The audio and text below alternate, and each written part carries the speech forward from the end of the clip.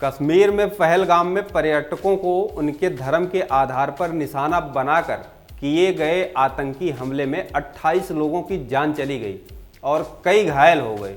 नमस्कार, स्वागत है आप सभी का आपके अपने चैनल NBC भारत पर। मैं हूं आपके साथ वेद प्रकाश मिश्रा।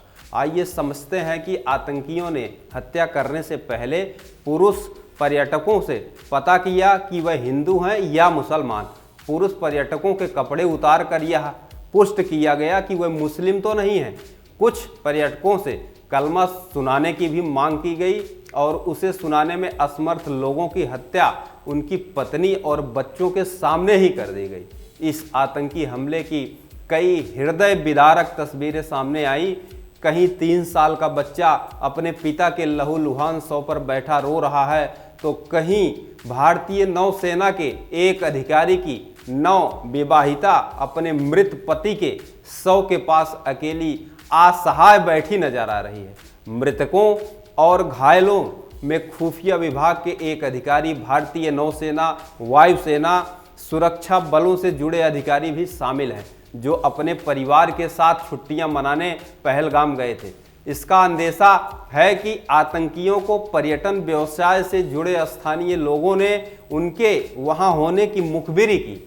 इन आतंकियों की शरण भी स्थानीय लोगों ने दी होगी। इन्हीं भेदियों की वजह से सैन्य बलों पर भी कई हमले हो चुके हैं। कश्मीर में हिंदुओं को निशाना बनाने की यह पहली घटना नहीं है।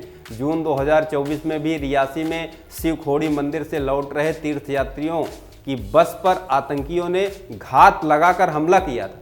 उसमें 9 तीर्थयात्रियों की मौत हो गई।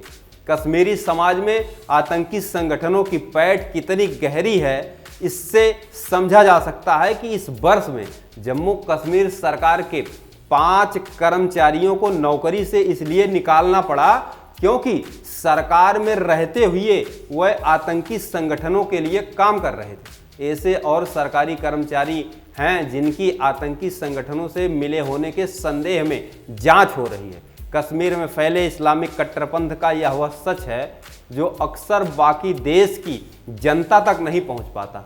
अनुच्छेद 370 यह सोच करके भी हटाया गया था कि देश का कोई भी नागरिक अन्य राज्यों की भांति चाहे तो कश्मीर में भी व्यवसाय स्थापित कर सकेगा और जब चाहे वहां आवाजाही कर सकेगा। कश्मीर में गहराई से व्याप्त इस्लामिक कट्टरपंथ के चलते ऐसा होना आज तक संभव नहीं हो सका और पीएम पैकेज के जरिए नौकरी करने भेजे गए कश्मीर के ही मूल निवासी हिंदुओं की भी निशाना बना करके हत्याएं हुई। यह यही सिद्ध करता है कि कश्मीर केवल राजनैतिक और संवैधानिक समस्या नहीं है और ना ही उसे पारंपरिक सैन्य कार्रवाई से नियंत्रित किया जा सकता।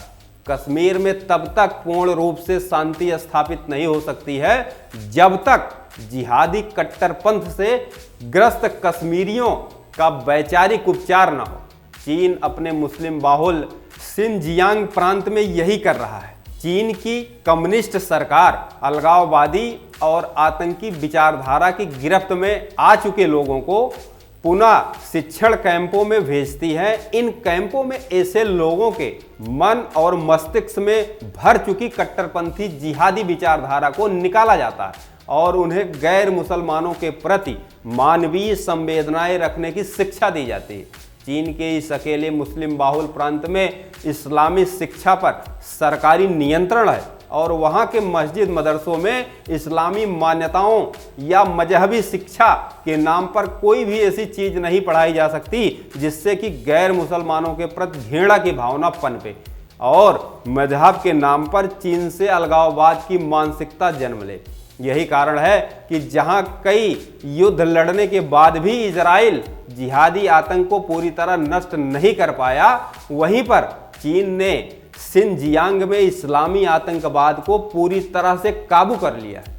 दुर्भाग्यवश जम्मू कश्मीर में दशकों से आतंकवाद से जूझते भारत ने सैकड़ों नागरिक और सुरक्षा बलों के जवान गंवाने के बाद भी जिहादी आतंक की विचारधारा के स्रोतों पर कोई लगाम नहीं लगाई है।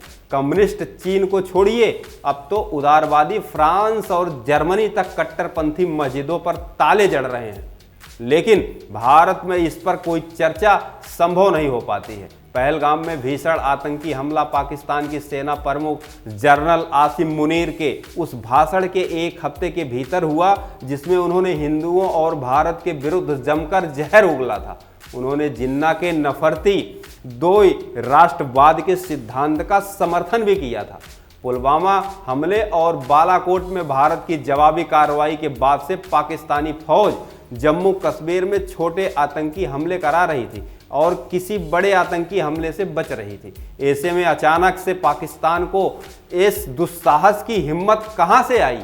संभवतः पाकिस्तान को लगता है कि बांग्लादेश में भारत के विपरीत हालात होने के चलते और LAC पर भारतीय सेना के चीनी सेना से तनाव की स्थिति का वह फायदा उठा सकता है। पाकिस्तान की चौतरफा घेराबंदी की जानी चाहिए। अब इसी को लेकर के भारत ने अभी तक सबसे बड़ा और कड़ा फैसला किया, जिसमें सिंधु नदी जल समझौता 1960 को रद्द कर दिया। साथ ही सभी पाकिस्तानी को 48 घंटे में भारत छोड़ने को कहा गया और उनके वीजा को भी रद्द कर दिया गया। साथ ही साथ डिजिटल अटैक करते हुए पाकिस्तान के एक्स हैंडल को भी ब्लॉक कर दिया गया है और साथ ही साथ भारत के तीनों सेनाओं को अलर्ट मोड पर रखा गया है। और अभी गृह मंत्रालय में हाई लेवल की मीटिंग लगातार जारी है, तो वक्त हो चला है आपसे इजाज़त लेने का। उम्मीद है हमारी यह रिपोर्ट आपको पसंद आई होगी। आपसे भी उम्मीद है आप ये वीडियो लाइक करेंगे, शेयर करेंगे और कमेंट सेक्शन में जा कर के आपको क्या लगता है इस मुद्दे पर आप अपनी प्रतिक्रिया ज़रूर देंगे। नमस्कार।